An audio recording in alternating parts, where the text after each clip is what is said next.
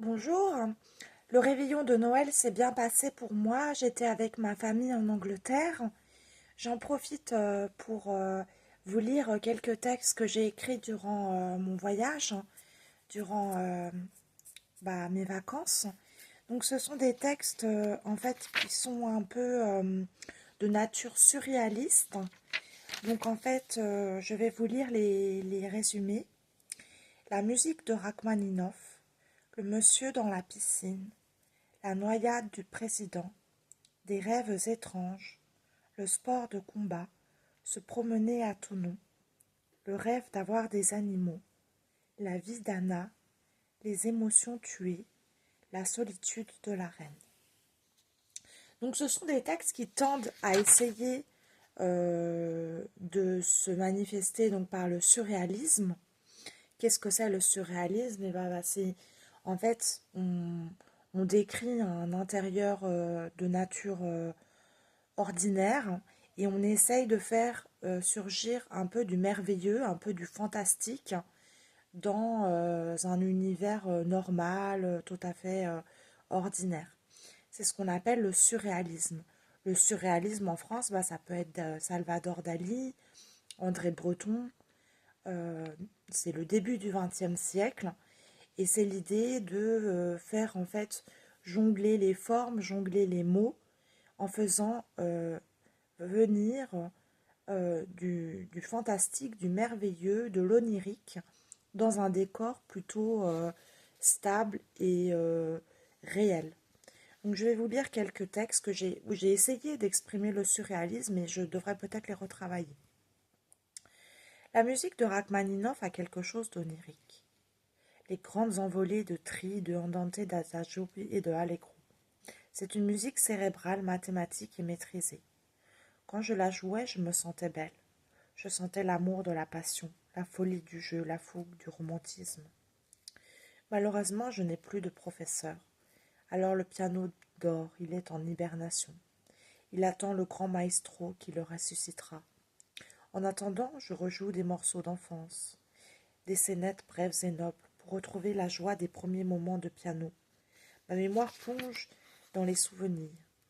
Je suis redevenue une enfant émerveillée. Le monsieur dans la piscine. Il venait se poser devant le transat de la piscine comme par dévotion. Là-bas, vers l'eau, il avait entrevu une femme. Elle ressemblait à une sirène. Elle était mi-ange, mi-aquatique. Elle portait des vêtements de fourrure façon lollipop. Elle fumait des cigarettes américaines et attendait quelque chose en contemplant l'eau. L'homme venait la voir devant la piscine. Il prenait son icône et parfois même se photographiait. L'homme voulait capturer la douceur de la femme. Regardant les clapotis de l'eau, il se rappela qu'il n'était plus du tout jeune, et que capturer la jeunesse de la femme lollipop à son âge, c'était une forme d'utopie. Blasé et tourmenté, il se jeta dans l'eau, tout habillé. La femme qui avait observé son jeu lui piqua son appareil photo et se mit, elle, à le photographier. La légende raconte que la photo prise appartient au domaine de l'étrange. Puis la femme rejoint l'homme dans la piscine. Ils firent l'amour. Dans la douceur de l'eau, ils devinrent amants. La femme se déshabilla totalement et dans sa nudité, elle devient une nymphe délicieuse, mélange d'eau et d'air aux ailes de diamant et à la poudre d'or. Ok, alors là, il y a le thème de l'eau qu'on va retrouver aussi dans ma troisième petite nouvelle, La noyade du président. Le soir dernier, j'ai fait un songe étrange. C'était notre cher président, il se noyait dans un grand torrent de vie, dans une rivière incandescente. Seul, oublié de tous, je sentais sa souffrance, naufragé de la France. Mon pays se noyait, oui, et je ne savais plus quoi faire. J'avais écrit sur le Covid, la guerre, les gilets jaunes. La France n'avait plus l'odeur de brasserie populaire, de lait de paysans. L'IA gagnait du terrain, et on se sentait toujours plus seul dans nos îles informatiques, dans nos déserts communicationnels. Nous étions de plus en plus seuls, président que j'avais tant aimé. Pourquoi te noies-tu? Souviens-toi des collines, des vallées, des promesses éternelles. L'art n'est pas mort, il est juste un peu flétri par la marée. Et moi, au milieu de tant de remous, je crois que je vais me marier. Je deviendrai sirène pour sauver les naufragés. Je deviendrai naïade, poisson douceur. pour que la vie reprenne son souffle. Des rêves étranges. Souvent la nuit, je pleure et je fais des rêves étranges. Dans ces rêves, je ressens de la solitude, une solitude aussi grande que le monde.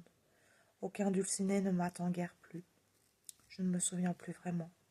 Le monde est vide, je ressens la solitude de toutes parts.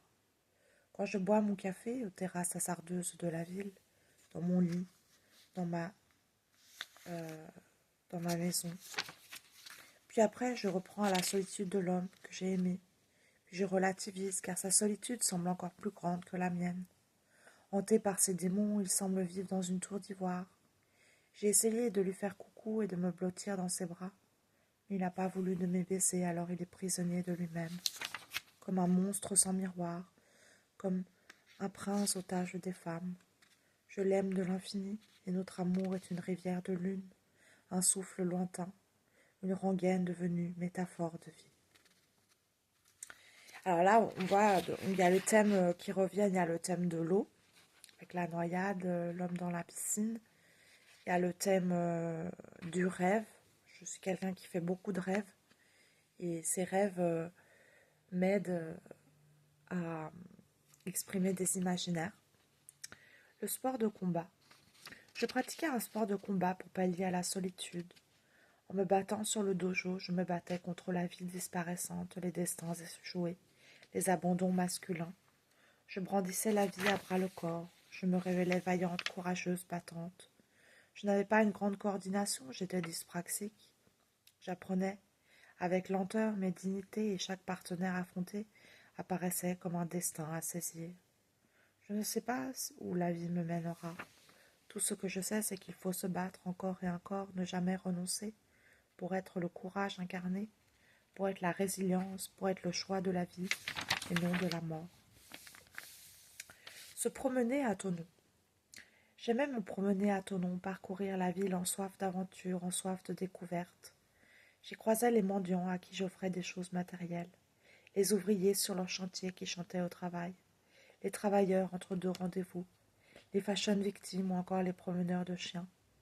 Dans le funiculaire, je croisais de vieilles dames, je croisais des familles. J'étais éternellement seule, mais je le saluais poliment comme dans une danse dont on ne connaît pas le débouché. Tous ces gens avaient un côté marionnette. On ne savait pas à quoi ils rêvaient. Je les admirais en silence de voyager, parcourir le monde comme moi, j'étais fixe et grave. Ma condition d'écrivaine me rendait méditante sur le monde, sage quelque part, en quête du prince qui jamais ne venait. J'étais une vieille fille au cœur triste, à l'âme renfrognée, en quête d'idéaux mais éternellement solitaire, priant Dieu mais étrangère au monde, une âme errante, vagabondante, une princesse oubliée. Le rêve d'avoir des animaux. Depuis enfant, j'aime les animaux. Ils me cajolent et me rassurent. Je me connecte à leur douceur, à leur gentillesse. Ils me comblent d'amour. Je les adore. Parfois, je rêve que je deviens un animal, une licorne, un oiseau. Je m'envole dans la vie et je décroche les étoiles. La vie d'Anna. La vie d'Anna est étrange. Elle est souvent dans un monde parallèle. Dans un monde où il n'y a plus de violence, où les femmes sont honorées et protégées. Je ne sais pas si quelqu'un m'aime sur terre. Je ne le crois pas. Je suis seule et abandonnée. Je suis un oiseau sans ailes. Les émotions tuées. Mes émotions sont comme tuées. Je me sens seule sur terre. J'aimerais avoir un amoureux qui m'aime. Mais malheureusement, il ne vient jamais. La solitude de la reine. Je crois que le mot solitude me caractérise. Une solitude noble et fière, digne et forte. Je suis une femme seule. Mais je me battrai toujours avec grâce et courage. Bon, on voit qu'il y a une tentative de sortir de la mélancolie et de parvenir à du symbolisme, mais il y a encore du chemin à faire. C'est les vacances, ce sont des textes qui sont de vacances. Donc je vais retravailler cette notion de surréalisme pour essayer de faire sortir du merveilleux du quotidien.